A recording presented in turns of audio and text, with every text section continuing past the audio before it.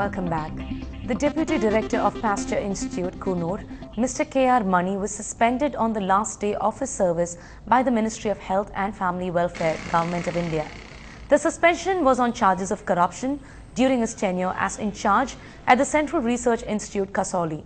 There are several charges of misuse of official position and corruption even locally.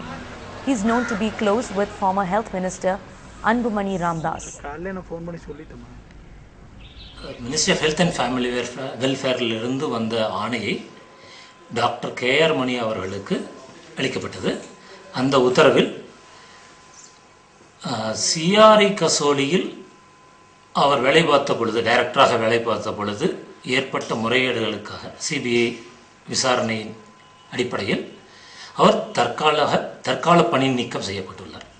38-year-old Tamil Mani, a life convict in the Salem prison, is infected with HIV/AIDS. He has filed a petition with the Madras High Court saying he has not been given proper medicine in the Salem prison. The Madras High Court has asked the state government to file a reply on Wednesday.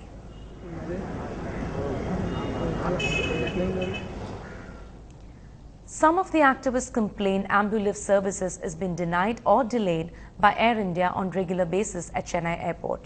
The other airlines do not provide this facility at all. Disabled people travel only by Air India, as Air India used to provide this facility without any hitch till about 5 months back.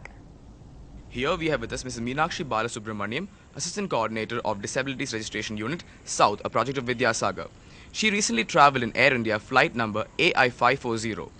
Her AmbuLift services were denied and it came after a delay of half an hour.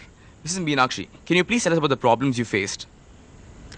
The problem was that when there is a rule, the civil aviation rule, which mandates the provision of AmbuLift for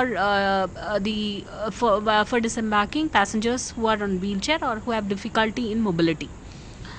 That's it's mandated for any airlines, but the other carriers, private carriers, do not offer the services, and that's the very reason we always opt for Air India. And this time also, when other passengers left, I asked them they asked me to come out and the wheelchair is ready. Then I asked them, where is the AmbuLift, and they said it's on repair, it's on maintenance, so it's not available now. Then I asked them, how will I get out then? Then they said, you will be lifted by 4 of us. I have to get out safely, and that's the way out, and that's how that's why we have AmbuLift. These facilities we have been getting these facilities from 1997 after a Supreme Court order based on the case filed by Mr. Abidi versus Union of India. So from then onwards, this has become, this is in practice basically, at least as far as Air India is concerned. Have the Air India officials tried to contact you regarding this matter? Like, did they tell you anything? This matter? I mean, you might have filed a complaint against them. Did they reach you regarding this issue? The previous occasions, they never called us, they never bothered us except for an acknowledgement mail that we got. But this time, based on the intervention, probably from NDTV-HINDU, they told me that somebody from NDTV-HINDU spoke to them, and so they called me in the evening. What is mandated is a dignified air travel, an equality and non-discrimination in all activities and actions, be it within the system or be it at the individual level. The season of placements have begun at IIT Madras today. As per the information disclosed by the Deputy Registrar B. Nagarajan for Placement and Public Relation, the highest offer on a student is Rs 67.5 lakh per annum by Pocket Gems, a US mobile application development company, and falling second in line is Facebook with a bid of Rs 62 lakhs per annum. More than 250 top-notch companies will be visiting the campus during this event. The highest compensation paid by Pocket Gems is 67.5 lakhs rupees per annum, and Facebook gives this year 62.5 lakhs compensation to our students. The placement position is very bright this year compared to previous years, and more than 260 companies have already registered with us and are expected to come. We have a schedule from December 1st to December 23rd, and average every day 12 companies are coming. Life's little ironies, a city that plays host to a slew of pet adoption programs that has a sizable chunk of animal rights activists, is also witnessing a sudden spurt in cruelty towards man's best friends. Over the last couple of months, at least 4 incidents have come to light. Close to 100 dogs have been clubbed to death. Now that is just an official figure. Activists say that the real count may be much, much higher. Our interns Jitin Nambiar and Sunish Surendran trace this disturbing new trend.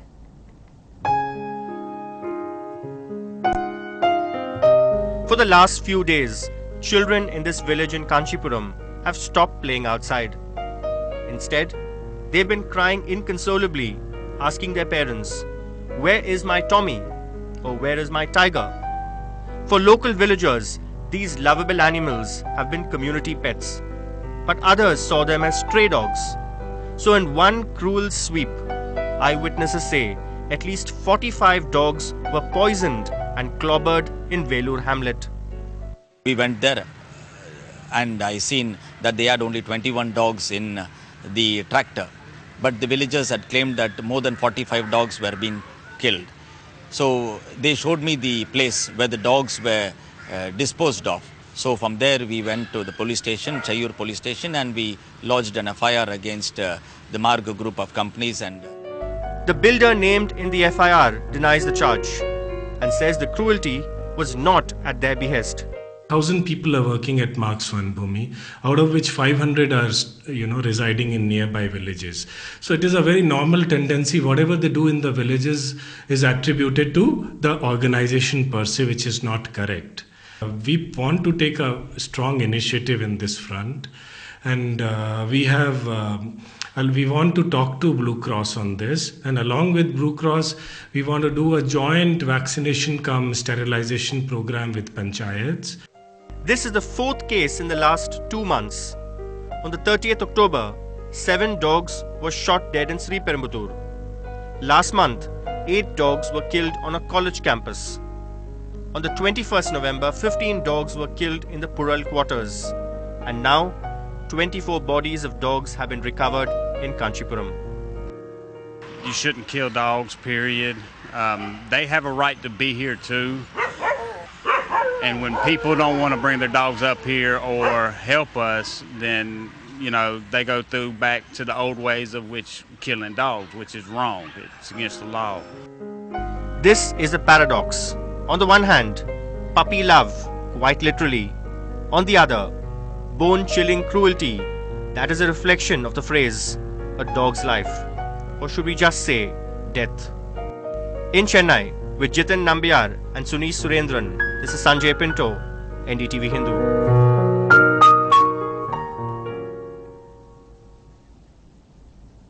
From playing football for the state to cleaning a cricket stadium, more on that after the break.